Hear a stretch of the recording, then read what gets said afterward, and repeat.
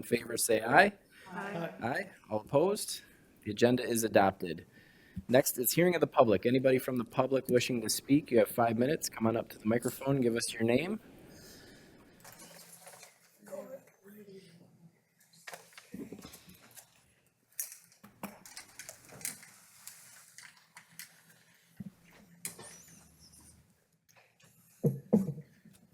Hi, my name is Mary Daniels, and I'm a patient that goes to West, and I am totally against the moving of West to a new location because I've been going there for years, and that's where I see my doctor, my therapist, and I get my shot every other week. My name is Teresa Miller.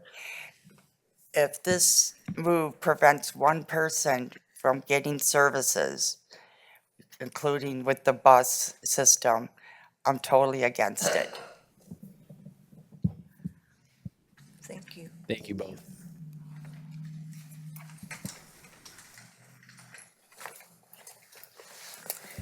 Hi, my name is Bridget Franz. I'm a patient at West. I also work at West. And I go to Crossroads. I'm concerned that the brains behind this idea have absolutely no idea about the lives of our consumer base. If transportation is going to be an afterthought in regards to this move, I am very scared about who makes decisions for us. It terrifies me, actually. This is Michigan. Transportation should not be an afterthought. Ever. It's a public building for the county. Please don't do this. I'm literally begging you. Thank you.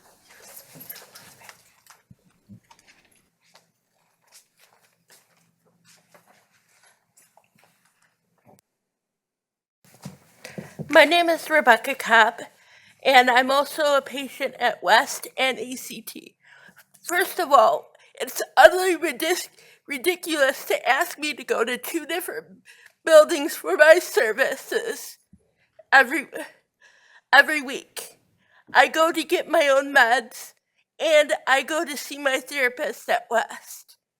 Two, I also have to use a walker for balancing problems. To ask me to walk down a road that has no pavement in the middle of winter with a walker, utterly ridiculous. Thank you.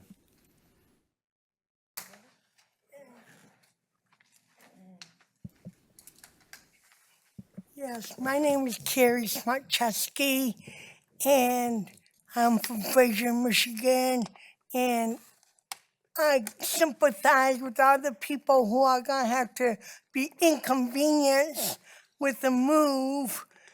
I used to work at West, and I just think it's a better site than having to move to 15 and Mound.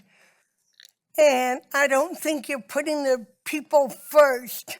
You're not thinking of the clients or anyone except yourself. Thank you. Anyone else from the public?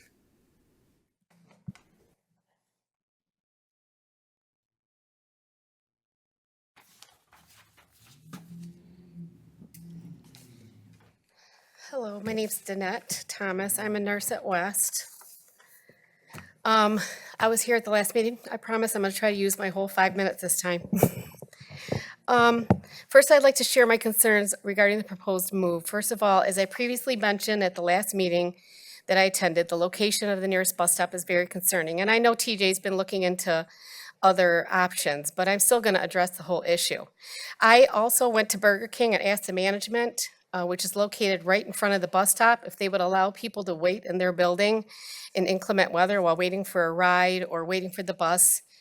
And they stated people are not allowed to loiter unless they purchase something. So we all know Burger King, here's the bus stop, here's Burger King. They're going to walk in Burger King if it's raining, snowing, whatever.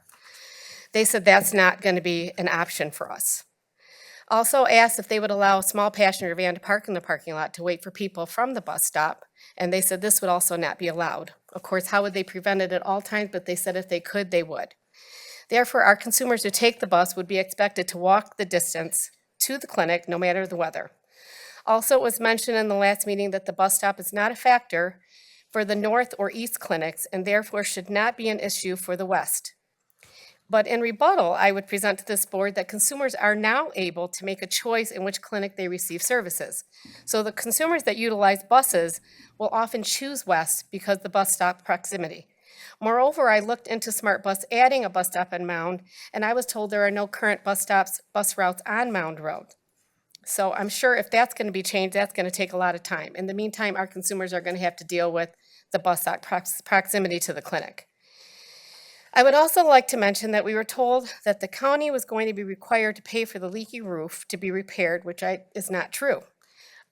Actually, the landlord, I see, he's already started work, is redoing the whole outside of the building along with the needed roof repairs. Maybe the landlord should be coming to some of these board meetings to find out, we could hear directly from him. I don't understand how this move is financially beneficial when you factor in all the work that will be required to set up a clinic conducive to patient care. I also don't understand how, with all due respect, a maintenance director is making decisions for the flow and setup of a new clinic without asking the clinical staff who will be working in this clinic. This is exactly what happened at North. I have pictures. So here's one of the therapy rooms at North set up.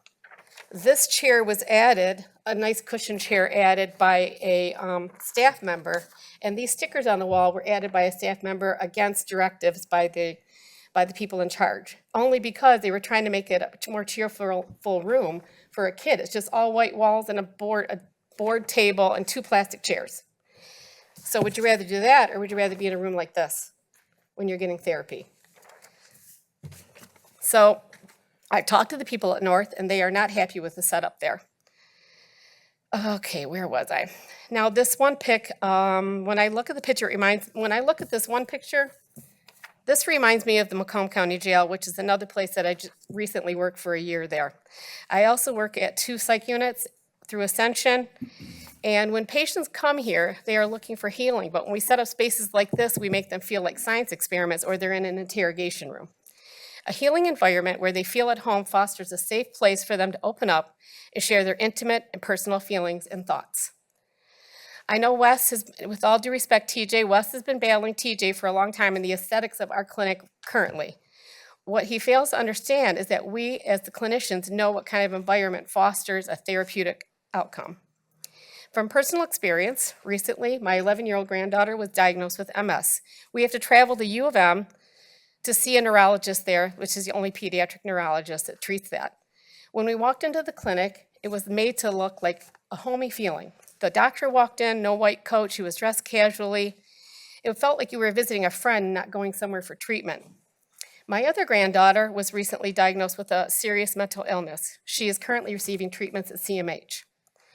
If I brought her into this room right here, she would never open up. She would shut down. She was never going to talk about her traumas. You got kids that have histories of molestation and rape and other things. So you want them to sit in this white, sterile room and open up and feel at home. You know, it takes time to get these people to open up and talk about their problems. Otherwise, you're never going to get what we want, which is healing and recovery. You have 30 seconds. So anyway, I was going to read the mission statement. You already read it. So placing this clinic in a facility where the aesthetics will resemble the North Building is not promoting recovery, nor is it fostering a safe and trusting environment. Furthermore, we are all well versed on HIPAA. With this in mind, working in cubicles is unacceptable if we are going to honor a patient's privacy, especially regarding mental health and substance abuse. As a nurse, it is almost impossible to work in a group setting, especially since we also carry our own caseload. We need privacy in our work settings, along with injection, examining rooms, and a med room. So far, this has not been factored into the work plan for a new clinic because nobody has ever asked us for our input. I would like to close with this. CMH is supposed to be all about the community and the consumers we serve. As you can see here, it's not just this. A lot of these people have been coming here for 15, 20 years. This is home for them. This move seems to have evolved into a project driven by something other than our consumers. If this move does not benefit our consumers, then why are we doing it? Let's put the consumers first. Thank you. Thank you.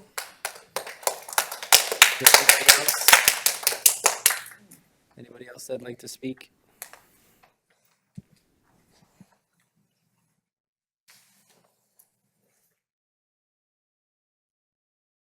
Hi, I'm Tylene Nicholas. I share the concerns that the clients have, that other staff have about the utilization of space and how it's set up, about the distance to travel, without a bus route there. Concerns about even the location on Hall Road, having enough parking. I had a coworker who tried to drop something off there one day and, couldn't find someplace to park just to drop something off.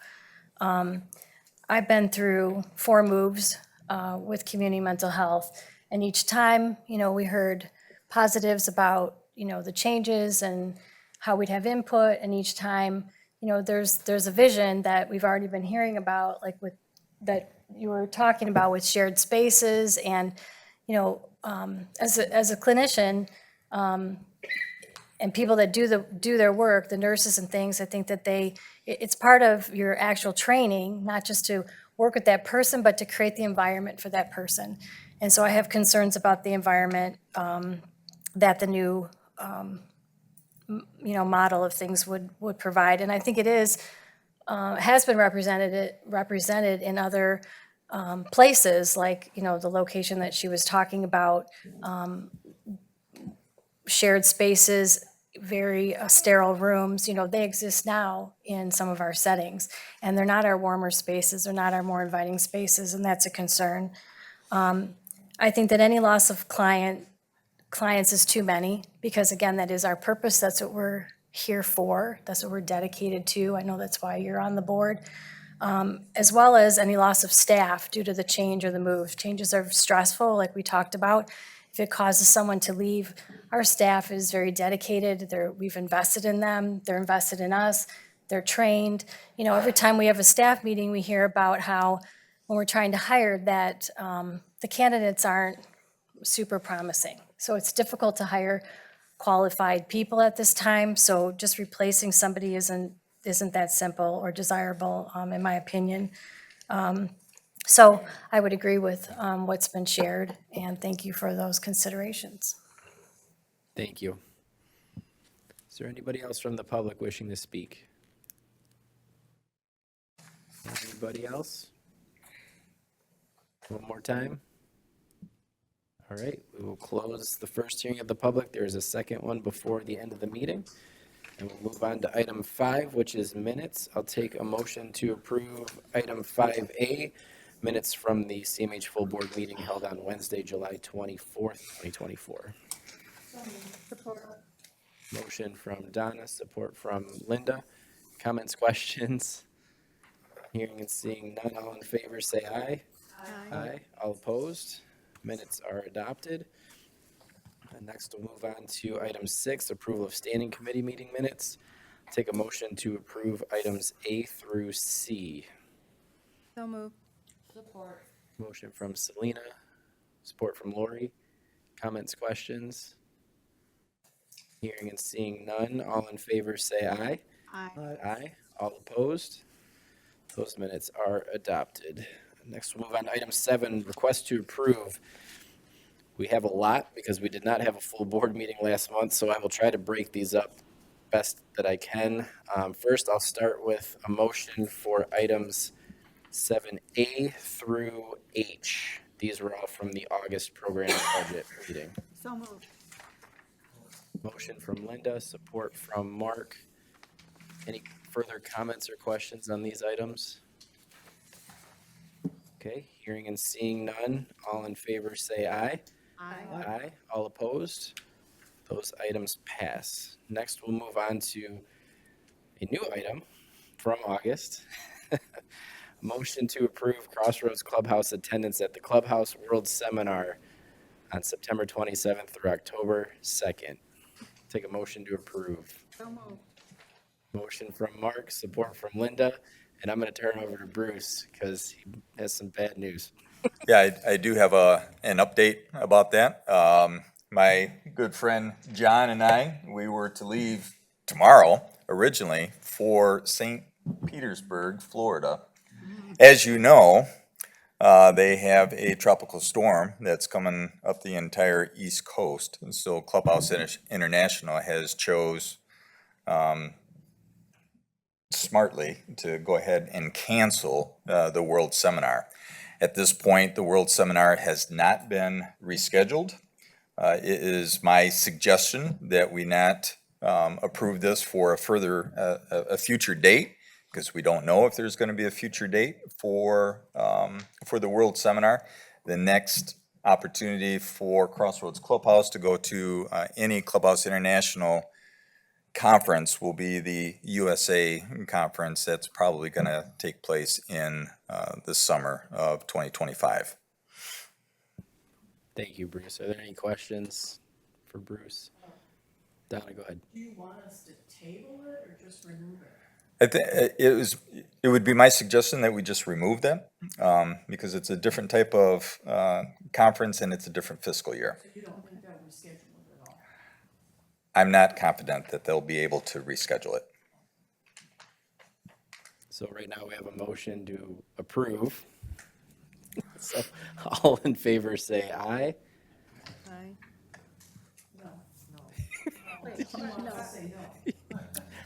You can say whatever you want. I can't say. All right, let's try it again. All in favor of approving them going to the seminar that's not happening, say aye. All opposed? Nay? No. All right. Table it. We don't vote no very often. Thank you, Bruce. Come back to us when you have another date. I'm sorry the trip got canceled. Glad you're safe. But yes, we are glad that you guys are all safe. All right, next is items J and K. These are the leases for the Hall Road location and the Mound Road location. I will take a motion to approve.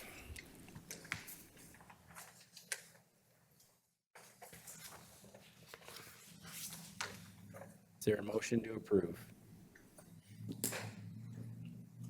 Okay. Hearing and seeing no motion, those items fail. Next, we will move on to items L through W. These are from this month's program and budget meeting. So I'll take a motion to approve items L through W. So moved. Support. Motion from Linda, support from Wayne. Any other comments or questions on these items? Okay, hearing and seeing none, all in favor say aye. Aye. Aye. All opposed? Those items pass. Next, we'll move on to item X, request to approve PIHP edited 24-25 contract that was approved by legal. Take a motion to approve. Support. Motion from Donna, support from Lori. Any comments, questions, anything else for Richard? Do you want to give a brief update on where we're at? Brief update? Sure, brief update. So far, the last two boards of the 7 that we talked about would be Macomb's board tonight and the Lakeshore board tonight are expected to approve the contract as amended and to send that in by the end of the month, so. Linda?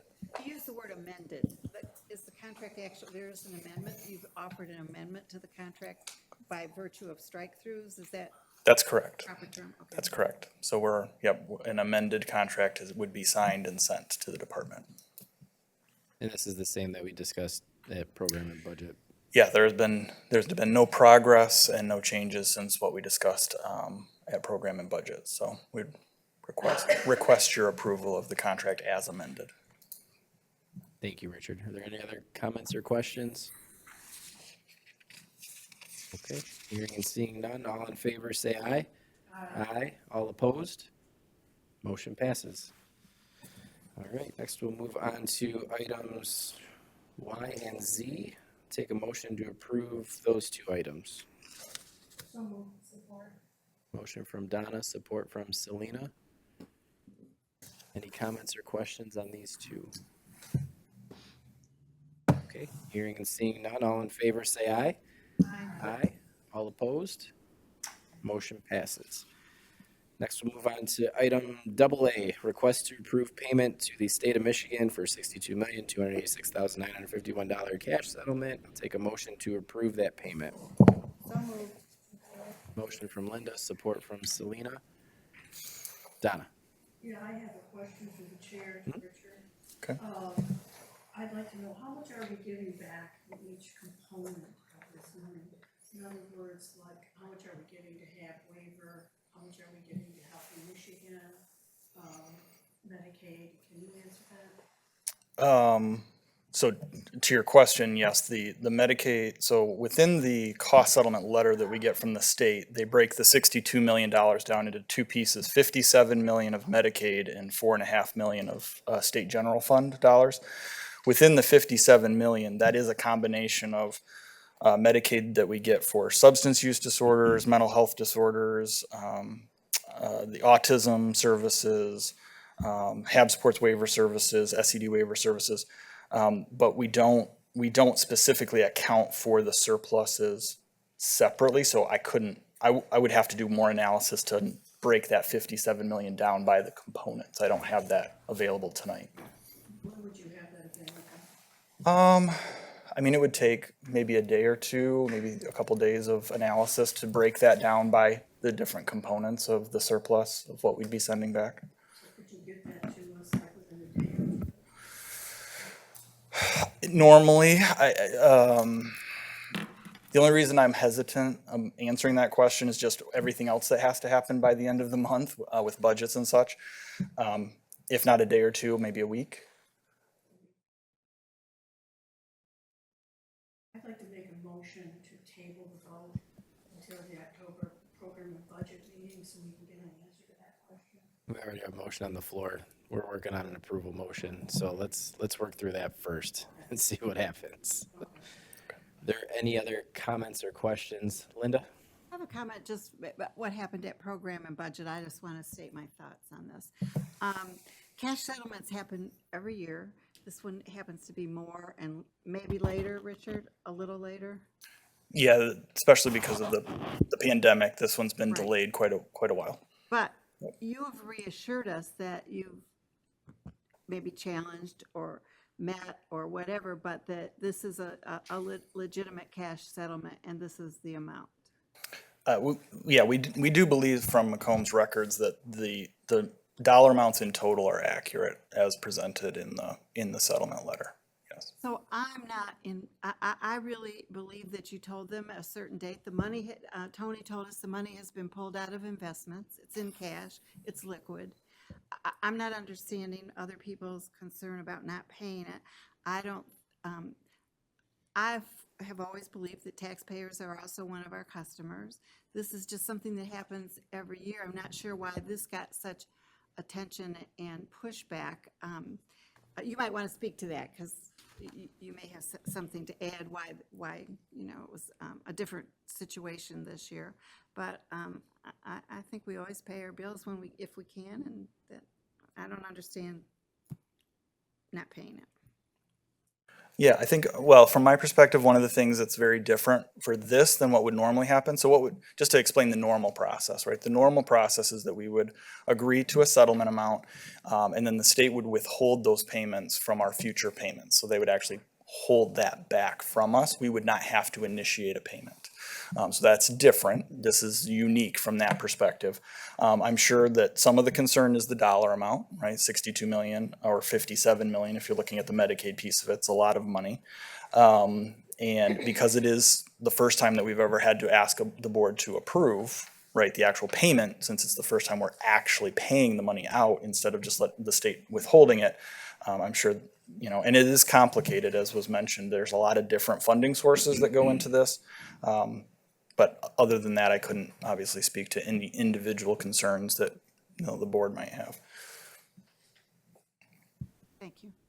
Thank you, Linda. Are there any other comments or questions? Okay, just my 2 cents. I don't want to pay it. but we have to pay it. I don't want to pay my mortgage, but I have to pay that. This is one of those, I don't want to call it a necessary evil, but it's one of those things that I think we just have to do. And whether we delay it 2 weeks or we do it now, we have to pay it, period. So that's just where my head's at on this one. But anybody else have anything to add? I just have one thing, Mr. Chair. Go ahead. I mean, we have to pay it, right? There's no like, you have to pay it. Yes, I mean, at the end of the day, contractually, we're required to pay this back. And so it's not a question of if. Okay, that's what I we thought. need to Thank pay you. it. Thank you, Mr. Chair. Thank you, Dana. Anyone else? Okay, we have a motion on the floor to approve payment. All in favor, say aye. Aye. All opposed? No. No opposed. Wayne and Donna. So the motion fails. Donna, did you want to make a tabling motion? Motion to table the vote until the October 12th budget meeting, till we can get the answers to the question that I asked, about the components of each of the $57 million. So just quickly, I'll note that we cannot make a final decision at program and budget. We would have to have a special full board meeting, before or after for a final decision. Is there a second to Donna's motion? Okay, motion fails without support, and the item fails. So that's where we're at. Next, we'll move on to item. We'll deal with it. Item double B. I'll take a motion to approve item BB. So moved. Any questions or comments on this item? Okay, hearing and seeing none, all in favor say aye. Aye. All opposed? Motion passes. Next is item double C, request to approve the CMH 2025 budget. I'll take a motion to approve the budget. Motion from Selena, support from Lori.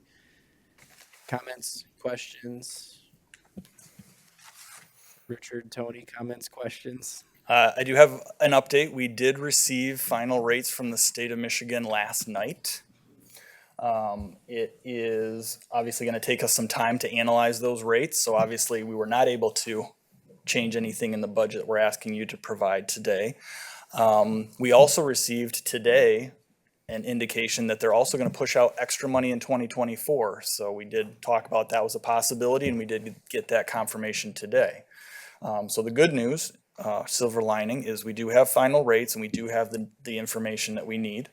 My preliminary look through it today is a couple of things. Number one is that the information that we got related to the CCBHC program is not positive. So I think that's going to have a more detrimental impact to our budget than I anticipated. Unfortunately, I can't quantify that number for you tonight.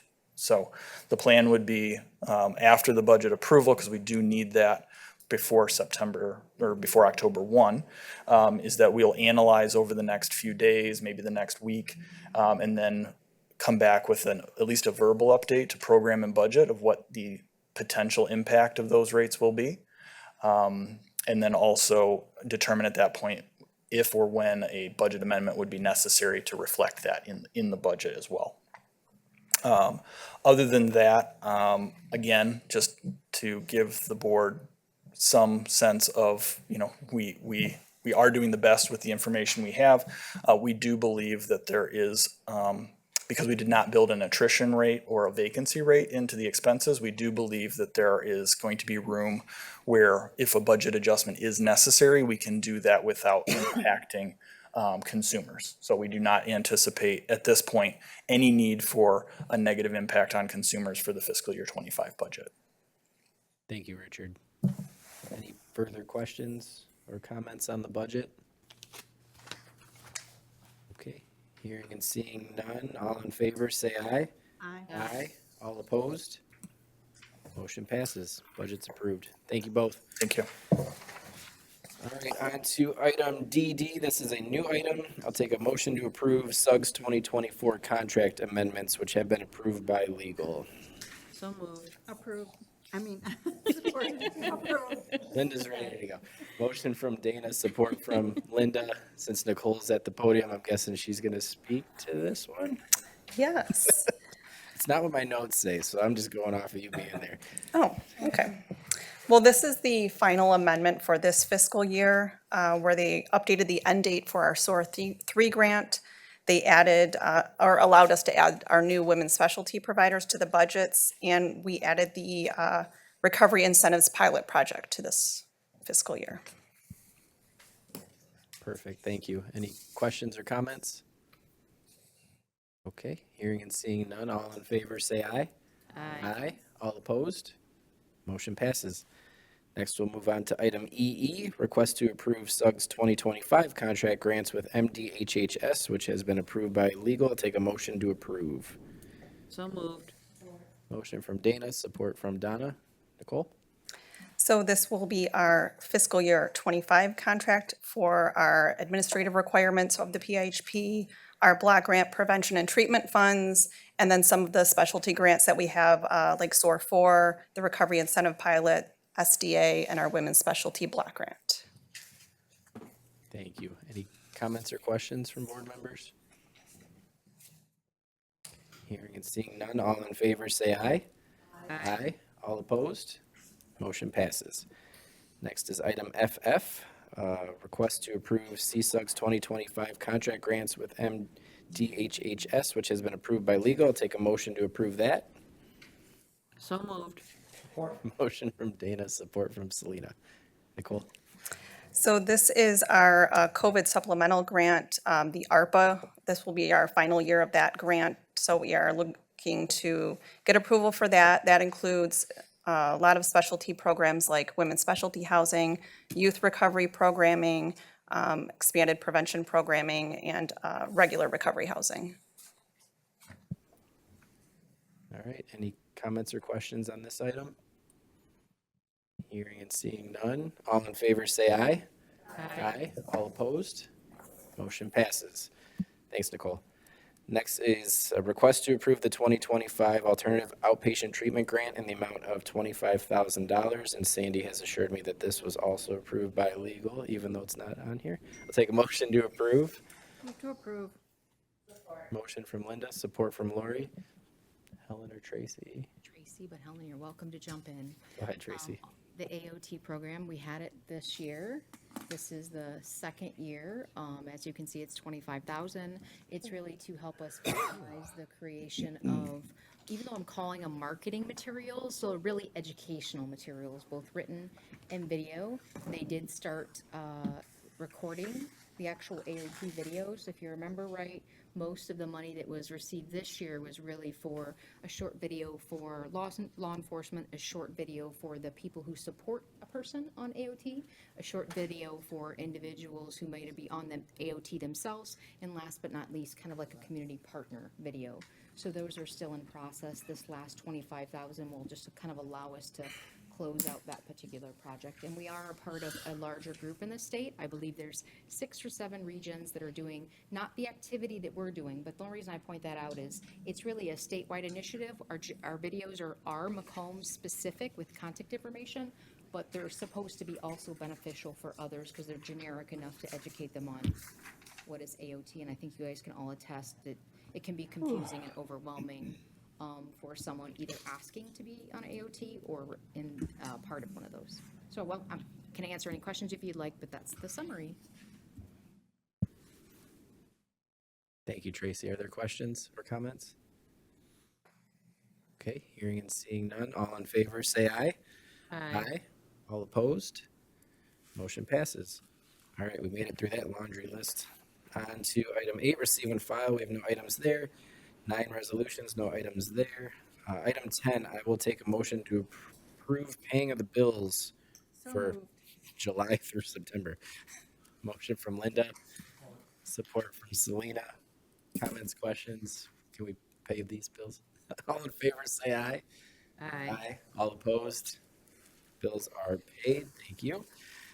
Next, we'll move on to the management report with CFO update, June and July financials with Tony.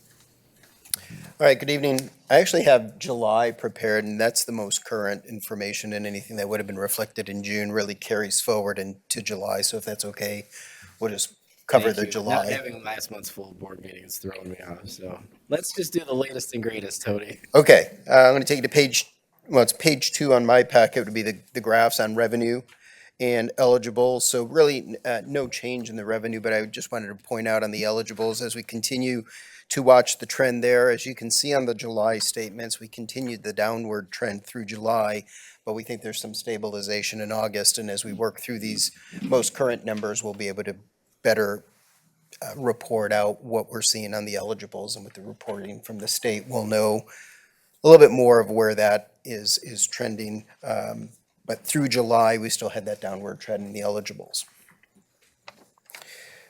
On the next page, I wanted to direct your attention on the asset and liability graphs as it relates back to the discussion we just had on the $62 million settlement. The way it's represented in these graphs, if you look on the cash and investments, that blue bar chart where we have $267 million, that includes the 62 million. So as was mentioned earlier, that's liquid assets that are available to pay.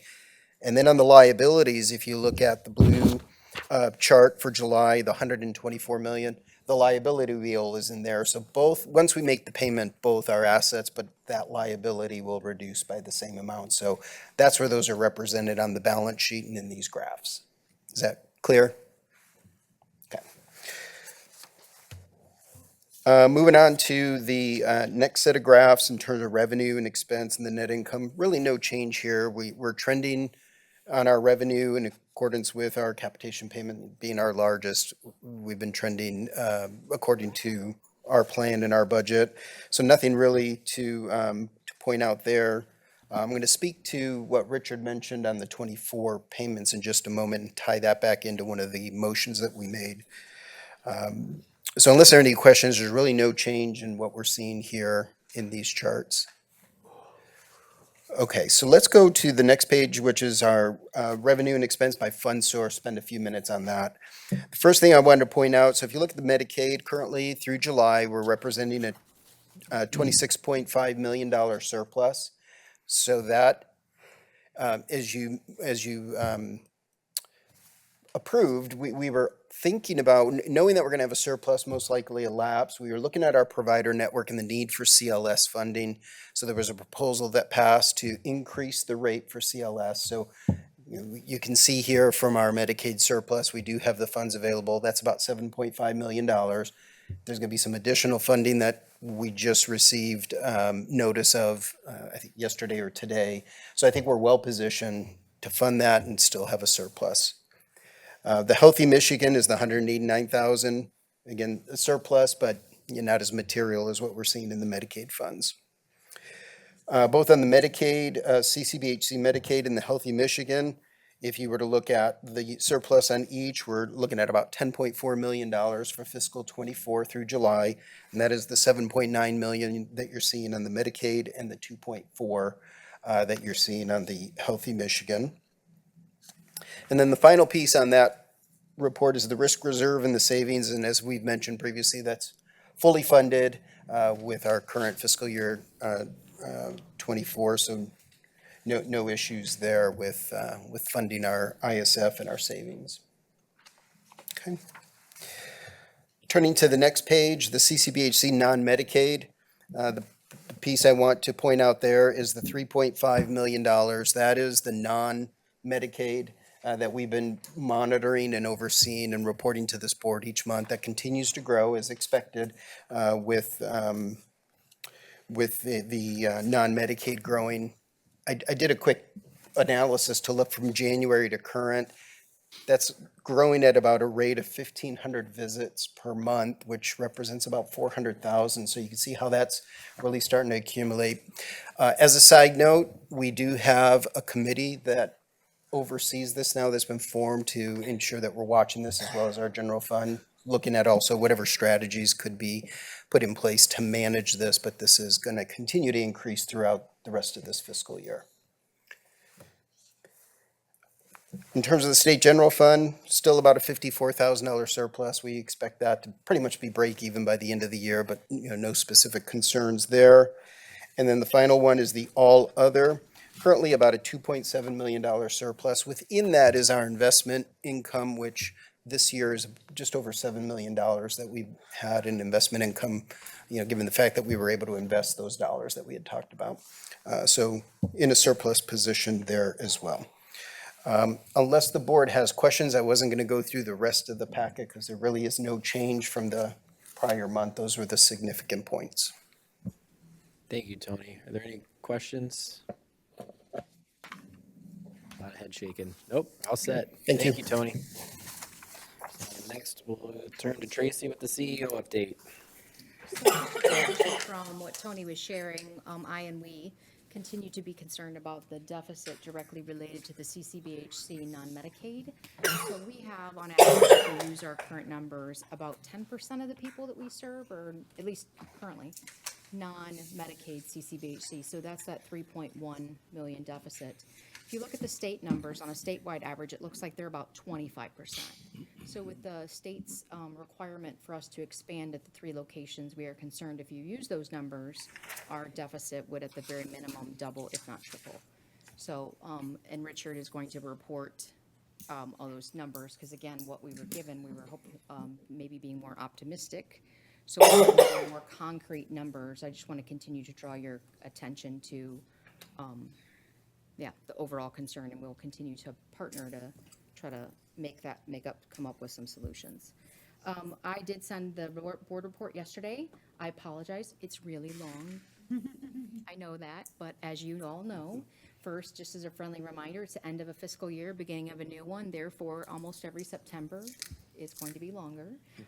But I do want to draw your attention to the fact that you want to definitely, when you get a chance, read through the subject areas that are still concerns, including WASCL, the ISF, the broken record, but CCBHC, and the language. And then I want to draw your attention, though, even though there are a lot of very complex things that are affecting our community, we do have a ton of good. So you'll see in there some celebration of some very specific staff members. There's a letter from a person served talking about the positive experience they have. So I would also encourage you to do that, because sometimes when an organization is dealing with a lot of very complex things, they forget to celebrate what is working.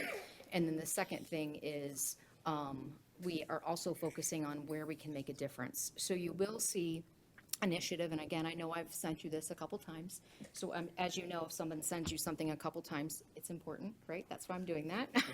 So I also have it in front of you. So Macomb County, as we all know, has transportation barriers for everybody, right? That being said, the way that we're trying to address this is we are not necessarily the transportation solution. That's not our expertise. But at the same token, in order to address a gap, you need to understand the problem. So in front of you, and also what you had in the board report, is we first started with, of the individuals we serve, who is under the Michigan Medicaid health plans, right? So the chart that you have, the pretty graph chart, we wanted to understand how many individuals are currently on one of those plans. And in the chart, you'll see that 53% essentially of the individuals we served currently this year are on one of those plans. The reason why that matters to you directly related to transportation is if somebody is on one of those plans as of October 1st, that plan is required to provide transportation to and from a behavioral health, substance use, or non-emergency behavioral type of health service. That is not necessarily a new concept, but what is new is each health plan is required to do it.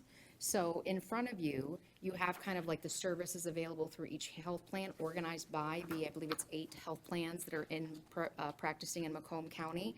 In one of the columns, which is the third one in, it talks specifically about transportation. So again, I started with this conversation with transportation as a problem. So if you notice, what we're doing is we're saying, well, what are the current resources? How many will that help? Up to 53%.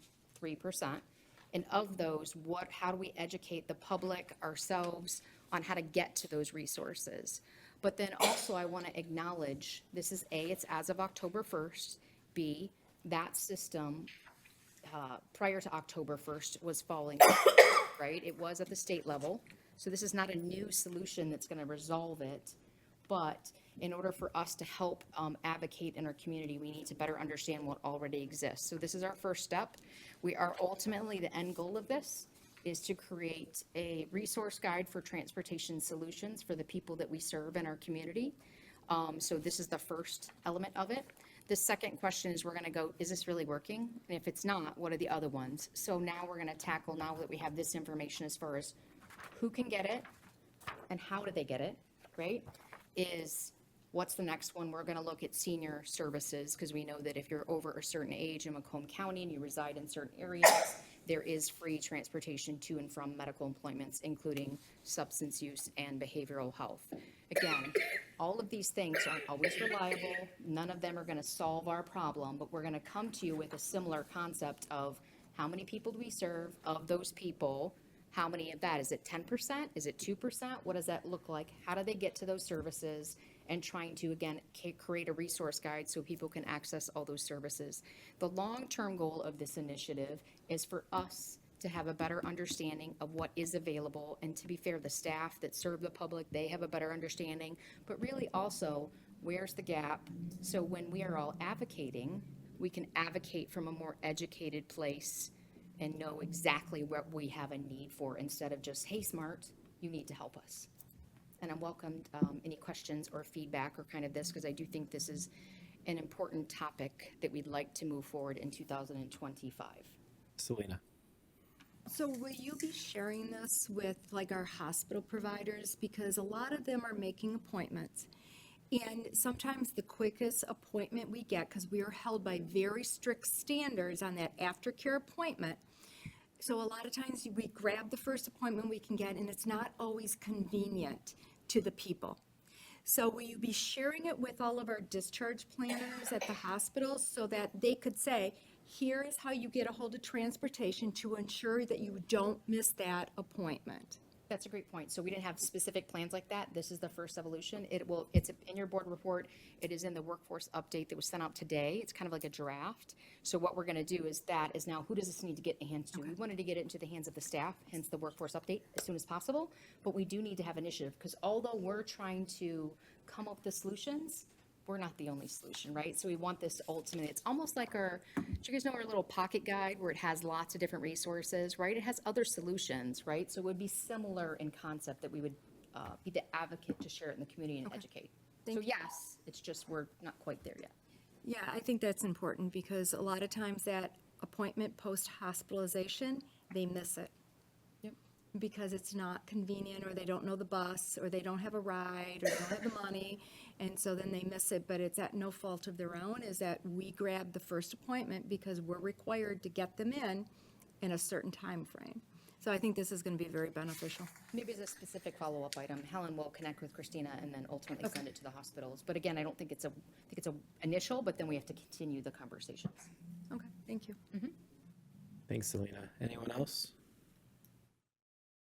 I think it's an incredibly important exercise. Just, if nothing else, coming from the thought of moving the West Building, this whole transportation discussion coming up, and especially related to SMART. And I mean, SMART's not forever. We've seen it on the ballot come very close to failing. So it's great that we're looking internally and we're looking at other options. So if that does ever happen, we at least maybe have a backup plan or an idea of a backup plan to help our folks get to where they need to be. So thank you and the staff for doing this.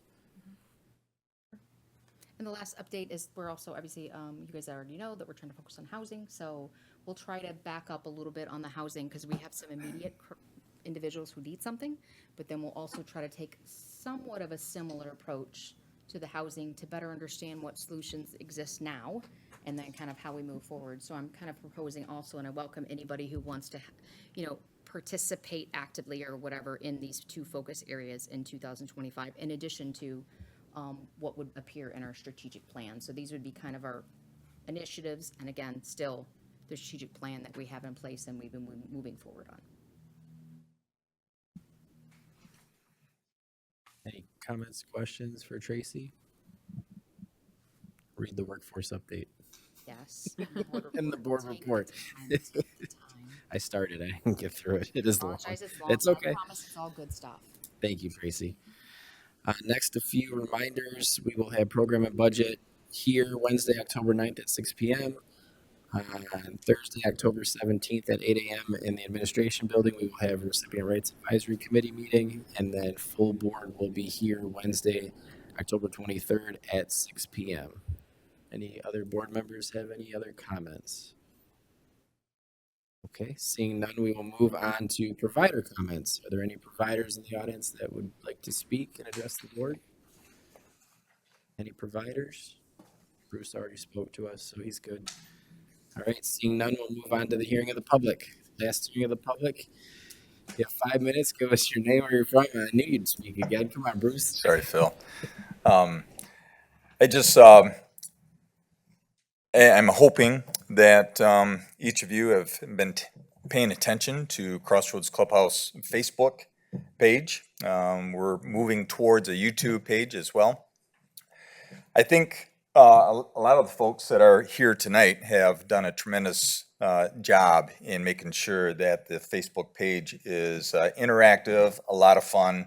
Right now, we worked on a really nice piece about work equity that is currently being reviewed and probably posted through Clubhouse International, which is a really cool thing because it's 350 clubhouses from around the world that are going to be able to gain access to that video and see exactly what Crossroads Clubhouse in Warren, Michigan is.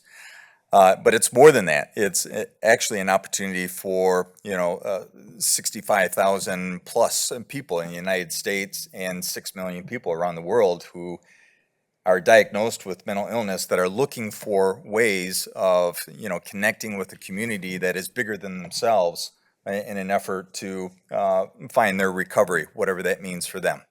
So I'm hoping that you're enjoying that. We're spending a lot of time making those better.